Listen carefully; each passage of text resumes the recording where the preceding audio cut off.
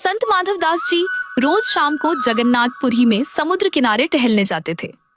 वे और भगवान जगन्नाथ दोनों ही घने मित्र थे। कहते हैं कि हर शाम भगवान भी उनसे मिलने आते और दोनों बैठकर बहुत देर तक बातें करते थे। एक दिन भगवान जगन्नाथ आए तो माधवदास जी ने देखा कि वे कुछ उदास हैं। उन्होंने पूछा, प्रभु आप उदास क्यों हैं? भगवान बोले, माधवदास बहुत दिन हो गए, चोरी नहीं की। माधवदास जी चौंक गए, बोले, प्रभु अब ये बचपन वाली आदत छोड़ दीजिए, वो तो बाल लीला थी। भगवान जगन्नाथ मुस्कुराए और बोले, जिसकी जो आदत होती है वो तो वही करेगा ना। माधवदास जी ने उन्हें बहुत समझाया पर भगवान जगन्नाथ नहीं माने।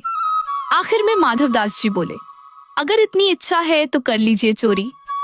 भगवान बोले, कर तो लूं पर अकेले चोरी करने में वो मजा कहाँ, तुम भी चलो। माधवदास जी बोले, कहाँ प्रभु? भगवान बोले, चोरी करने। माधवदास जी घबरा गए, बोले, प्रभु हमें चोरी करना नहीं आता, हमने तो सारी जिंदगी बस भजन किया है। भगवान हंसकर बोले, बस मन बना लो, चोरी करना हम सिखा देंगे, थोड़ी फुर्ती चाहिए और कुछ नहीं। आखिरकार माधवदास जी मान गए। उन्होंने पूछा, लेकिन प्रभु ये तो बताइए चोरी कहाँ करनी है? भगवान बोले, जगन्नाथपुरी के राजा के बगीचे में, वहां बहुत सुंदर फल लगे हैं पर वह हमें भेजते नहीं। माधवदास जी बोले, प्रभु चोरी क्यों? राजा तो हमारे शिष्य हैं, कल जाकर उनसे मांग लेंगे। भगवान जगन्नाथ बोले, नहीं, चोरी करके पाने का मजा ही अलग होता है। दोनों राजा के बगीचे में पहुंच गए। भगवान जगन्नाथ ने कहा, अब इस पेड़ पर चढ़ो और हाँ, धीरे से बोलना। माधवदास जी पेड़ पर चढ़ गए। भगवान बोले, फल तोड़कर नीचे गिराओ। माधवदास जी जोर से बोले, प्रभु ये वाला तोड़ूं या वो वाला? माधवदास जी की आवाज सुनते ही माली जाग गया और डंडा लेकर दौड़ा। माली की आवाज सुनते ही भगवान जगन्नाथ ने भी दौड़ लगा दी। लेकिन माधवदास जी पकड़े गए। माली ने अंधेरे में 2-4 डंडे भी लगा दिए और रात भर उन्हें बांध कर रखा। माली ने कहा, सुबह राजा के पास ले जाऊंगा और कड़ी सजा दिलवाऊंगा। माधवदास जी इधर उधर देखने लगे। माली ने पूछा, क्या देख रहे हो? साथ में कोई और भी है क्या? माधवदास जी ने कहा, अरे कुछ नहीं, लेकिन मन में सोच रहे थे, जो मुझे यहाँ लाए थे वे कहाँ चले गए?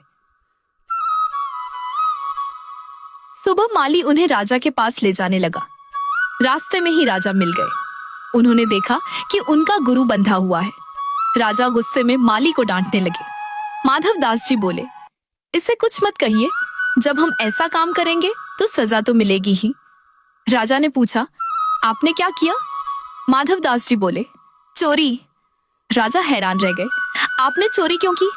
माधवदास जी बोले, कुसंग में पढ़कर सब करना पड़ता है।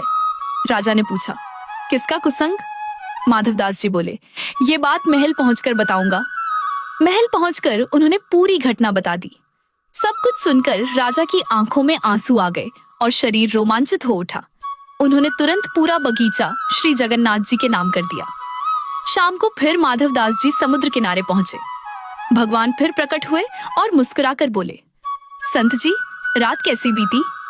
माधवदास जी बोले, हम तो पिटे, रात भर बंधे रहे, एक भी फल नहीं मिला और आप भाग लिए, लेकिन देखिए हम पूरा का पूरा बगीचा आपके नाम करा लाए।